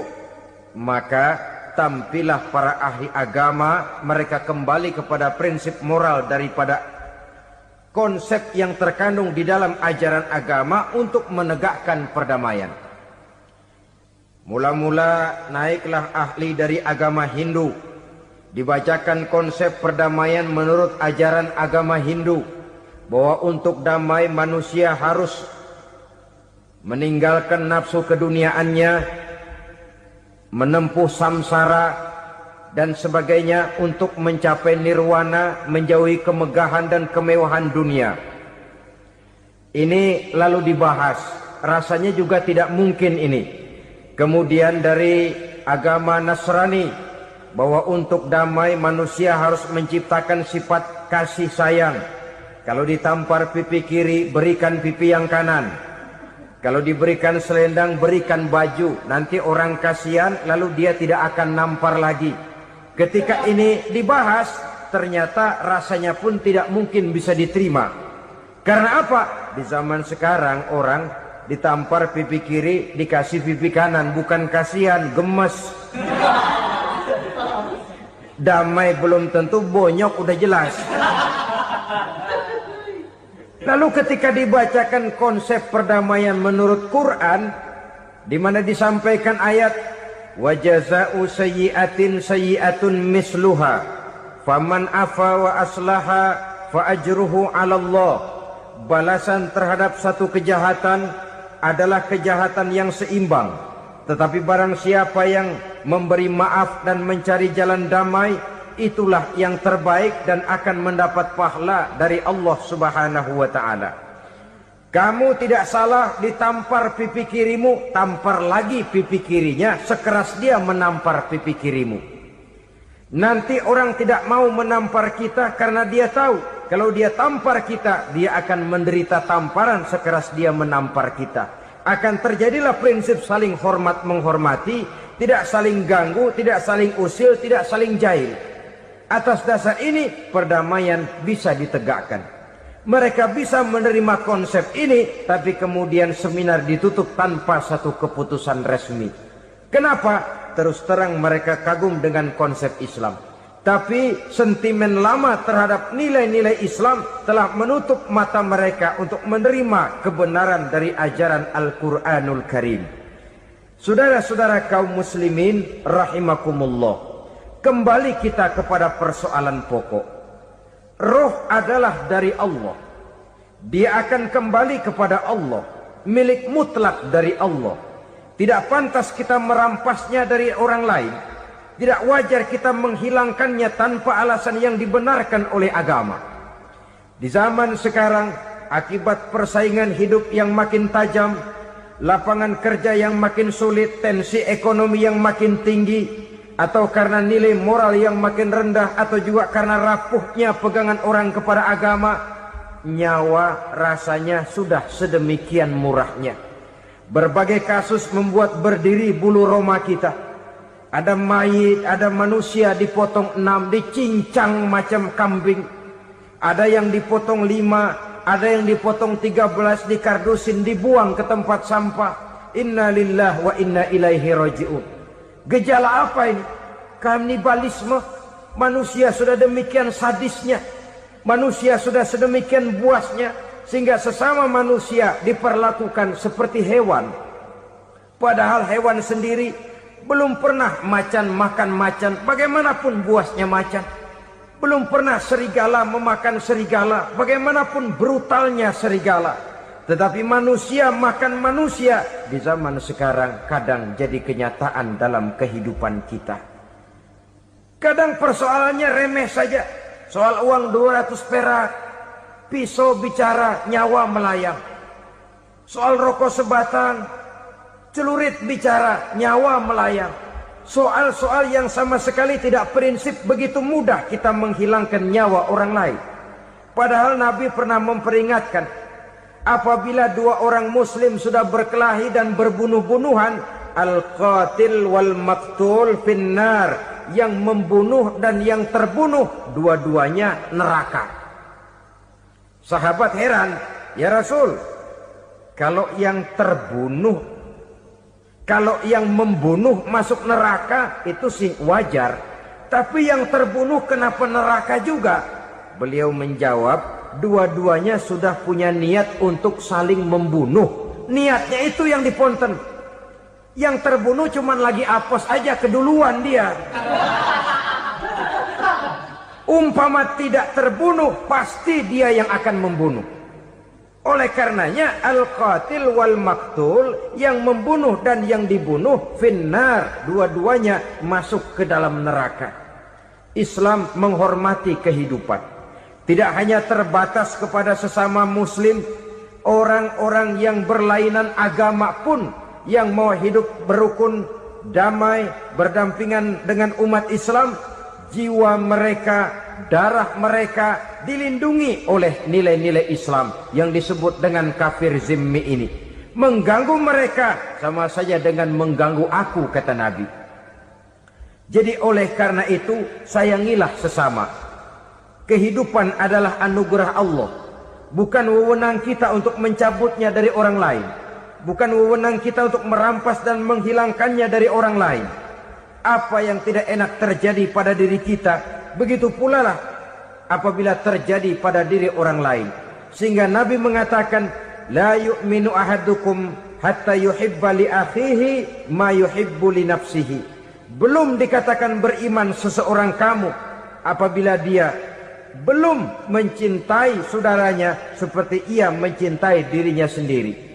Apa yang enak dirasakan oleh orang lain, enak juga dirasakan oleh dia. Mengukur orang lain dengan diri sendiri. Kalau orang lain tanpa salah saya fitnah, kalau saya tanpa salah difitnah orang, enak apa enggak? Enggak, orang lain juga begitu. Kalau orang lain tanpa salah saya tempeleng kepalanya, enak apa tidak? Tidak. Orang lain juga begitu. Yang tidak enak terjadi pada diri kita, tentu tidak enak juga kalau terjadi pada orang lain. Mengukur orang lain dengan diri sendiri. Sehingga tidak timbul sifat egois. Tidak menari di atas bangkai orang lain. Tidak mendirikan kebahagiaan di atas untayan air mata orang lain. Sehingga dengan demikian saudara-saudara, dia bisa menghormati kehidupan, menghormati orang lain sebagaimana dia ingin dihormati. Inilah perbuatan ketiga yang merusak, membunuh orang lain dengan yang diharamkan Allah tanpa alasan yang benar. Yang ketiga. Kemudian yang keempat, perbuatan merusak wa aklar riba, makan riba. Hidup adalah tolong menolong. Bahasa kerennya take and give katanya. Saling memberi dan saling menerima. Nabi mengajarkan, man kuraba kurbatan min kurabid dunia, karaballahu lahu kurbatan min kurabi yaumal qiyamah. Wallahu fi aunil abdi madamal abdu fi auni akhihi. Siapa yang meringankan beban dari beban-beban yang dirita seseorang di dalam kehidupan dunia, Allah akan meringankan bebannya daripada beban-beban yang harus dipikulnya di hari kiamat nanti. Wallahu fi aunil abdi madamal abdu fi auni akhihi. Allah senantiasa akan menolong seorang hamba selama hamba itu masih mau menolong saudaranya. Allah selalu akan menolong seorang hamba selama hamba itu masih mau menolong saudaranya. Apabila kita sudah berpangku tangan terhadap kesulitan orang lain, biasanya pun pada saat kita mendapat kesulitan, kita akan sulit juga memperoleh pertolongan. Nah, riba alias renten, kedoknya adalah menolong orang, tapi sama juga bulu buntutnya dilepas, palanya dicekek. Menolong orang pada akhirnya menjadi beban bagi seseorang. Dan memang mencari orang-orang yang berada dalam posisi kesulitan. Biasanya di daerah-daerah di mana musim paceklik jadi lapangan kerja sulit, sedangkan urusan perut tidak bisa ditunda, akhirnya orang terjebak ke dalam rentenir, ke dalam riba, ke dalam renten. Bunga berbunga sehingga satu saat jumlah bunganya bisa lebih besar dari jumlah pinjaman pokoknya. Kemudian kalau juga ternyata tidak bisa dibayar, rumah jadi taruhan. Memang rumah satu-satunya, begitu rumah ditarik mulain camping. bukankah pada akhirnya akan mewariskan kesengsaraan? Oleh karena itu, kepada kita berusahalah jangan berhubungan dengan rentenir-rentenir, jangan makan renten dan riba kepada mereka yang melaksanakan riba. Walaupun mendatangkan keuntungan materi, tapi percayalah harta yang didapat dengan jalan riba tidak akan membawa keberkahan. Manakala tidak membawa keberkahan, dia tidak akan mendatangkan ketenangan di dalam kehidupan kita. Oleh karenanya, memakan harta riba termasuk perbuatan yang merusak sendi-sendi kehidupan sosial, merusak kehidupan orang lain, merusak kehidupan masyarakat, tetangga, pergaulan, dan sebagainya. Yang kelima, wa akla malil yatim, memakan harta anak yatim dengan cara yang zalim. Nih, memang lezat. Anak yatim itu nggak tahu urusan apa-apa. Kita diamanahkan untuk mengurusinya. Kadang-kadang dibentuklah panitia penyantunan yatim piatu. Yatimnya mah tetap kelaparan, panitianya yang pada gendut.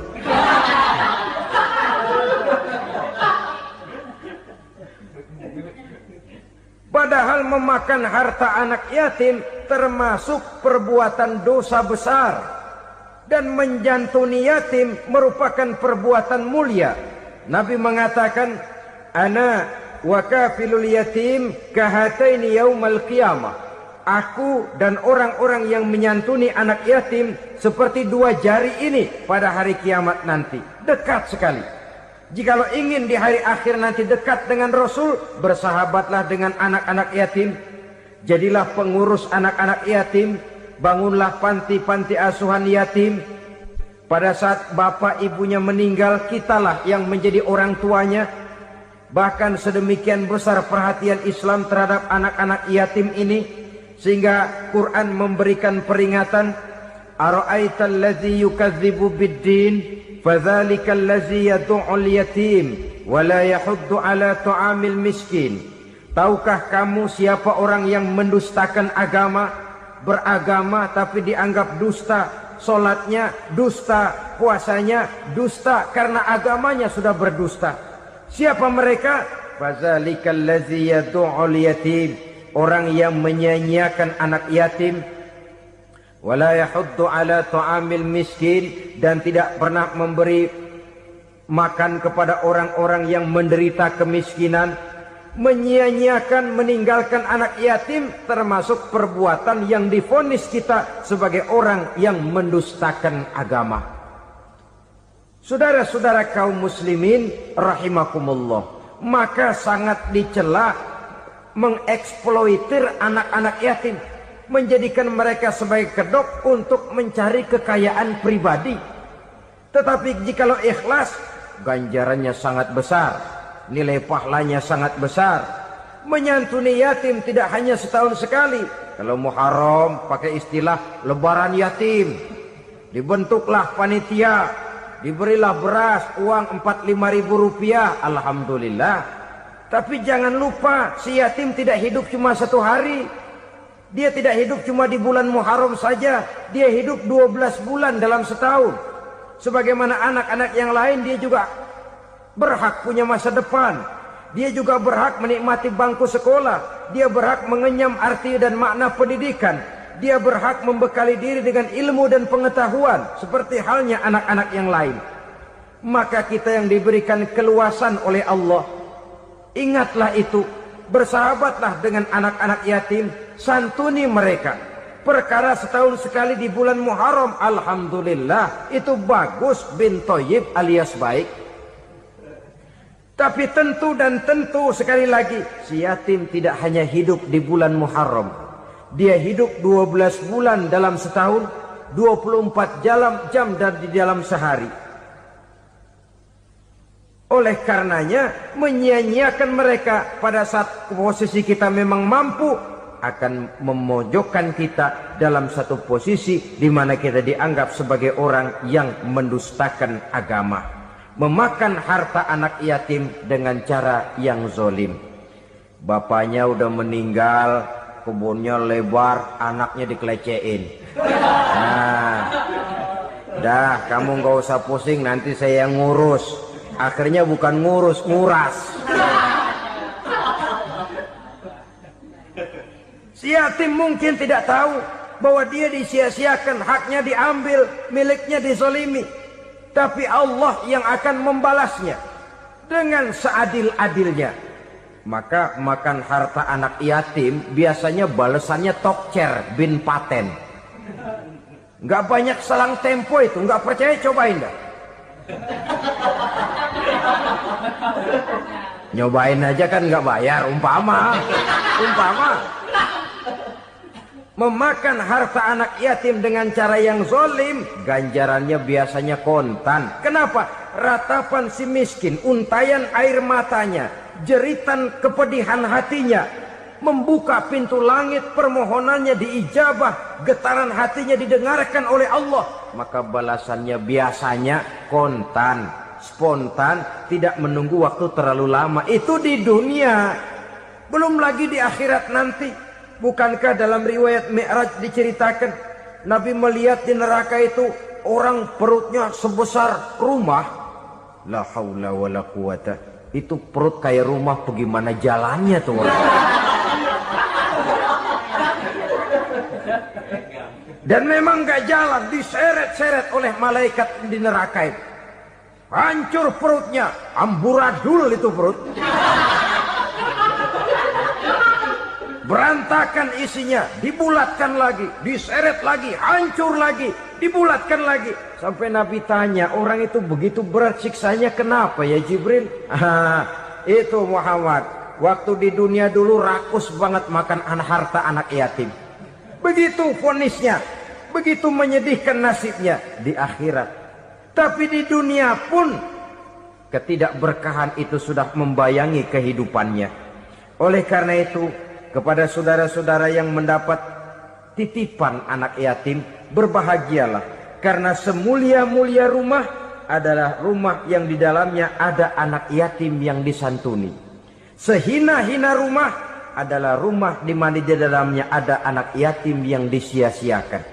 Begitu kata Nabi kita. Rumah yang paling mulia dalam pandangan Allah, rumah yang di dalamnya ada anak yatim yang disantuni. Rumah yang paling hina dalam pandangan Allah, rumah yang di dalamnya ada anak yatim yang nasibnya disia-siakan. Berbahagialah saudara apabila menjadi penyantun anak-anak yatim, pelindung mereka, sehingga mereka mempunyai masa depan sebagaimana anak-anak lainnya. Rasulullah sendiri sedemikian peka terhadap keadaan anak-anak yatim karena beliau sendiri memang mengalami. Umur 6 bulan dalam kandungan ibu, beliau sudah ditinggalkan oleh ayahnya. Pada saat berusia 6 tahun, ibu sudah meninggal. Yatim piatu dalam usia di mana beliau sedang perlu belas kasih seorang ibu dan pengertian seorang bapa. Kepekaan itu lalu timbul, bahkan kemudian sampai kepada beliau berkata, aku dan orang yang menyantuni anak yatim seperti jari tengah dan jari telunjuk di hari akhirat nanti. Sedemikian dekatnya. Baiklah ya, jadi yang kelima, memakan harta anak yatim. Jauhi karena ini perbuatan yang merusak. Yang keenam, watawalli yaumaz zahfi. Melarikan diri pada hari pertempuran. Apa ini? Khianat. Tidak konsekuen dengan konsep perjuangan. Pada mulanya keras benar teriak, berantas korupsi, ganyang korupsi. Cuma karena belum dapat giliran. Begitu dia naik dapat kesempatan, korupsinya lebih edan dari yang diteriakinya. Ini termasuk tawalli yaumaz zahfi. Berpaling pada hari peperangan. Di saat menghadapi musuh, kalau belum kelihatan musuh, teriaknya nyaring bener. Jangan takut demi kebenaran sampai titik darah yang paling penghabisan. Musuh belum kelihatan. Begitu musuh sudah kelihatan, paling dulu lari ke belakang. Kalau diajak berjuang ada saja alasannya. Sehingga Quran memberikan peringatan kepada kita semua. Mengapa kamu ini berat? Kalau sudah diajak berjuang di jalan Allah, kakimu seperti terhunjam berakar di perut bumi. Berat untuk melangkah berjuang. Lari dari pertempuran tidak konsekuen dengan konsepsi perjuangan. Mau enaknya saja. Dalam kondisi yang sulit lalu berpangku tangan. Ini termasuk ciri munafik yang di dalam Al-Quran disindir dengan bahasa kullama adha'a lahum masyaufi wa iza azlama alaihim qamu. Waktu terang mereka jalan, giliran gelap mereka mandek. Artinya, maksudnya kalau giliran ada untungnya aja rame-rame teriak Islam. Tapi begitu diminta berjuang, dituntut berkorban, rame-rame mundur. Waktu dilihat di Islam ada untungnya, rame-rame teriak Islam. Pak, saya Islam banget, Pak. KTP saya Islam, Pak. Pokoknya Islam banget dah. Tapi ketika diminta berjuang, dituntut sedikit berkorban, rame-rame mengundurkan diri. Tahun 65 PKI berontak. Waduh, waktu itu jadi orang Islam untung itu. Nggak dikejar-kejar, aman. Masjid rame, mobil-mobil mewah parkir di depan musola dan masjid. Kenapa? Waktu itu asal udah ke masjid aman. Islam selamat, untung. Tapi begitu keadaan aman, yang parkir di musola sepeda butut melulu.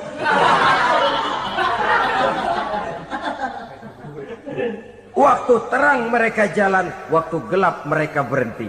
Dikala di Islam ada untungnya, baru wah Islam bagus, Islam hebat. Tapi waktu dilihat ada kerugian, jangan bawa-bawa Islam dah. Jangan bicara soal Islam, ini kan bukan soal agama. Bukan soal agama. La haula wa la quwata illa billah. Beragama kita ambil talfik fid din, mengambil yang enteng-enteng saja dalam urusan beragama ini. Tidak konsekuen kita dengan Islam kita. Seolah kita mau memilih mana yang terasa cocok sama selera kita, kita teriak Islam. Beratan aja dikit, rame-rame berpaling. Itu termasuk tawalli yaumaz zahfi. Para pengkhianat mental-mental hipokrit. Alhamdulillahirrabbilalamin. Demikianlah tausiah penuh ilmu, hikmah dan manfaat yang sudah kita dengarkan bersama dari guru kita Al-Mafrullah Kiai Haji Zainuddin MZ. Sahabat beriman yang dimuliakan Allah, mari kita doakan guru kita, semoga beliau diampuni segala dosa-dosanya dan dilapangkan kuburnya.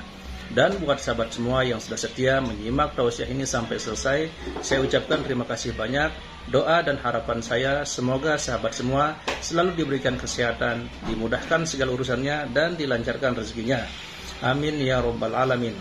Demikian yang dapat saya bagikan, kurang lebihnya mohon maaf. Sampai bertemu lagi di kajian berikutnya. Wabillahi taufik wal hidayah, waridho wal inayah. Wassalamualaikum warahmatullahi wabarakatuh. Setelah kita mendengarkan bersama tausiah penuh ilmu dan hikmah yang sudah disampaikan oleh guru kita Al-Mafrullah Kiai Haji Zainuddin MZ, sekarang mari kita lanjutkan aktivitas kita masing-masing. Semoga apa yang sudah disampaikan oleh beliau menjadi ilmu yang bermanfaat dalam kehidupan kita sehari-hari.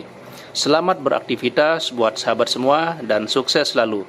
Sampai bertemu lagi di kajian Ar-Razzaq 313 berikutnya. Wassalamualaikum warahmatullahi wabarakatuh. Bismillahirrahmanirrahim. Assalamualaikum warahmatullahi wabarakatuh. Alhamdulillahi wa kafa, wassalatu wassalamu ala rasulillahil mustafa wa ala alihi wa sahbihi wa manihtada, amma ba'du. Sahabat beriman yang dimuliakan Allah, syukur alhamdulillah kita bertemu lagi di channel Ar-Razzaq 313. Pada kesempatan yang berbahagia ini, mari sejenak kita luangkan waktu kita untuk bersama-sama menyimak tausiah fenomenal dari guru kita Al-Mafrullah Kiai Haji Zainuddin MZ. Tentunya banyak sekali ilmu, hikmah, dan manfaat yang bisa kita jadikan pelajaran dalam kehidupan kita sehari-hari. Berikut ini mari kita simak bersama isi tausiah beliau. Selamat mendengarkan. Wa qatlan nafsil lati harramallahu illa bil haq. Membunuh orang lain dengan cara yang tidak benar. Membunuh orang yang diharamkan oleh Allah Subhanahu wa taala untuk melakukannya kecuali dengan alasan yang benar. Kita tahu Islam adalah agama damai. Sesuai dengan namanya, ia tidak dikembangkan dengan pedang dan kekerasan. Ia dikembangkan dengan keteladanan dan tuntunan moral.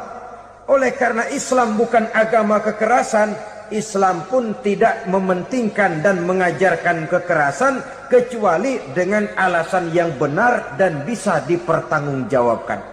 Membunuh dengan sengaja, menghilangkan nyawa orang lain tanpa alasan yang bisa dibenarkan adalah merupakan dosa besar dan satu di antara 7 perkara yang bisa mendatangkan kerusakan dalam kehidupan dan yang hendaknya harus kita jauhi.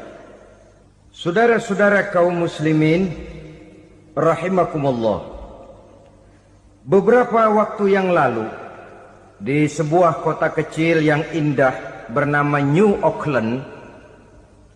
Saudara tahu New Auckland? Itu dari Gunung Kidul masih ngidul lagi. Pernah diadakan satu seminar yang membicarakan bagaimana menyelamatkan masyarakat manusia dari bahaya Perang Dunia Ketiga. Diperkirakan kalau terjadi Perang Dunia Ketiga, manusia tidak akan tersisa. Sebab apa? Pada waktu itu, cadangan nuklir yang dimiliki oleh bersama Amerika dan Rusia konon sudah sanggup memusnahkan 6 miliar manusia pada saat jumlah manusia baru 5 miliar. Jadi kelebihan nuklir dunia ini. Kalau terjadi Perang Dunia Ketiga, sulit manusia untuk tersisa. Maka dibahaslah di dalam seminar itu, wah, supaya tidak terjadi Perang Dunia Ketiga, maka perlombaan membuat senjata-senjata canggih, alat-alat pembunuh modern harus segera dibatasi. Dibahas, tidak mungkin kita membatasi perlombaan membuat senjata. Kenapa? Makin maju ilmu dan teknologi, makin canggih senjata yang ditemukan.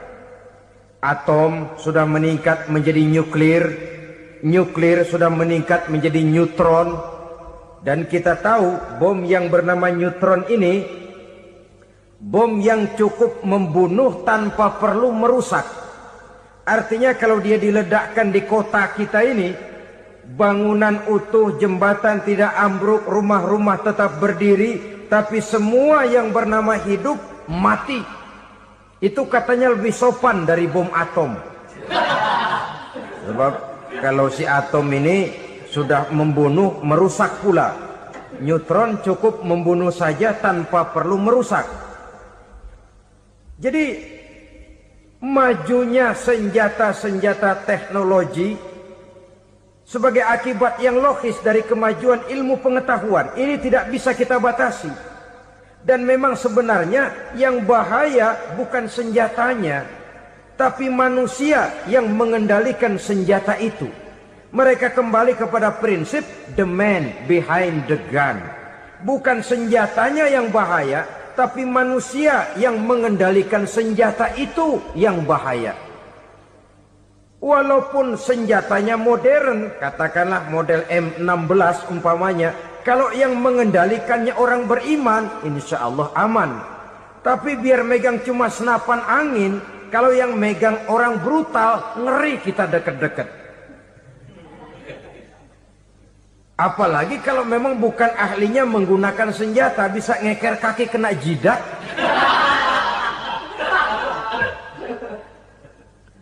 Mereka kembali kepada prinsip lama yang tetap baru. Bukan senjatanya yang harus dibatasi, manusia yang mengendalikan senjata itu yang perlu dibicarakan. Nah, kalau begitu, agar manusia tidak mempergunakan senjata sewenang-wenang, apa yang harus kita lakukan? Ya, manusianya harus bermoral. Ya, tapi moral yang mana? Di dunia ini banyak ajaran tentang moral. Itu pun mudah saja. Di sini kan kita undang saja ahli dari berbagai agama untuk membicarakan konsep perdamaian menurut agamanya masing-masing. Baik, setuju itu, setuju. Maka tampillah para ahli agama, mereka kembali kepada prinsip moral daripada konsep yang terkandung di dalam ajaran agama untuk menegakkan perdamaian.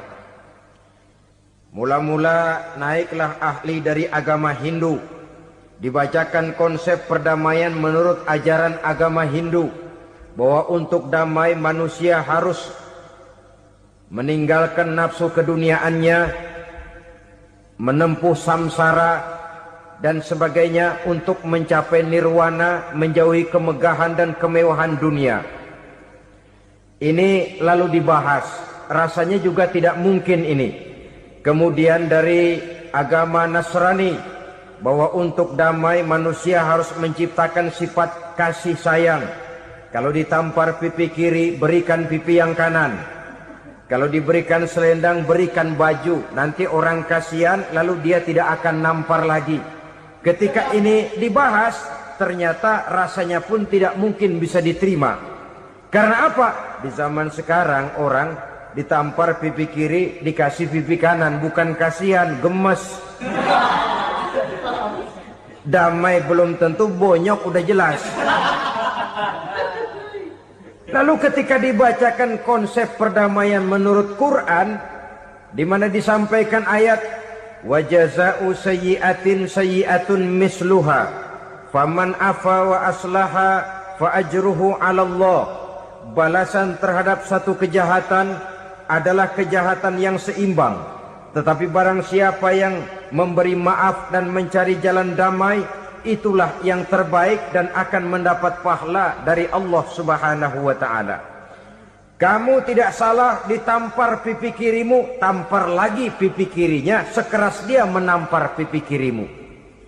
Nanti orang tidak mau menampar kita karena dia tahu kalau dia tampar kita, dia akan menderita tamparan sekeras dia menampar kita. Akan terjadilah prinsip saling hormat menghormati, tidak saling ganggu, tidak saling usil, tidak saling jahil. Atas dasar ini perdamaian bisa ditegakkan. Mereka bisa menerima konsep ini, tapi kemudian seminar ditutup tanpa satu keputusan resmi. Kenapa? Terus terang mereka kagum dengan konsep Islam, tapi sentimen lama terhadap nilai-nilai Islam telah menutup mata mereka untuk menerima kebenaran dari ajaran Al-Quranul Karim. Saudara-saudara kaum muslimin rahimakumullah, kembali kita kepada persoalan pokok. Roh adalah dari Allah. Dia akan kembali kepada Allah, milik mutlak dari Allah. Tidak pantas kita merampasnya dari orang lain. Tidak wajar kita menghilangkannya tanpa alasan yang dibenarkan oleh agama. Di zaman sekarang, akibat persaingan hidup yang makin tajam, lapangan kerja yang makin sulit, tensi ekonomi yang makin tinggi, atau karena nilai moral yang makin rendah, atau juga karena rapuhnya pegangan orang kepada agama, nyawa rasanya sudah sedemikian murahnya. Berbagai kasus membuat berdiri bulu roma kita. Ada mayit, ada manusia dipotong 6, dicincang macam kambing. Ada yang dipotong 5, ada yang dipotong 13, dikardusin, dibuang ke tempat sampah. Inna lillahi wa inna ilaihi raji'un. Gejala apa ini? Kanibalisme. Manusia sudah demikian sadisnya, manusia sudah sedemikian buasnya, sehingga sesama manusia diperlakukan seperti hewan. Padahal hewan sendiri belum pernah macan makan macan, bagaimanapun buasnya macan. Belum pernah serigala memakan serigala.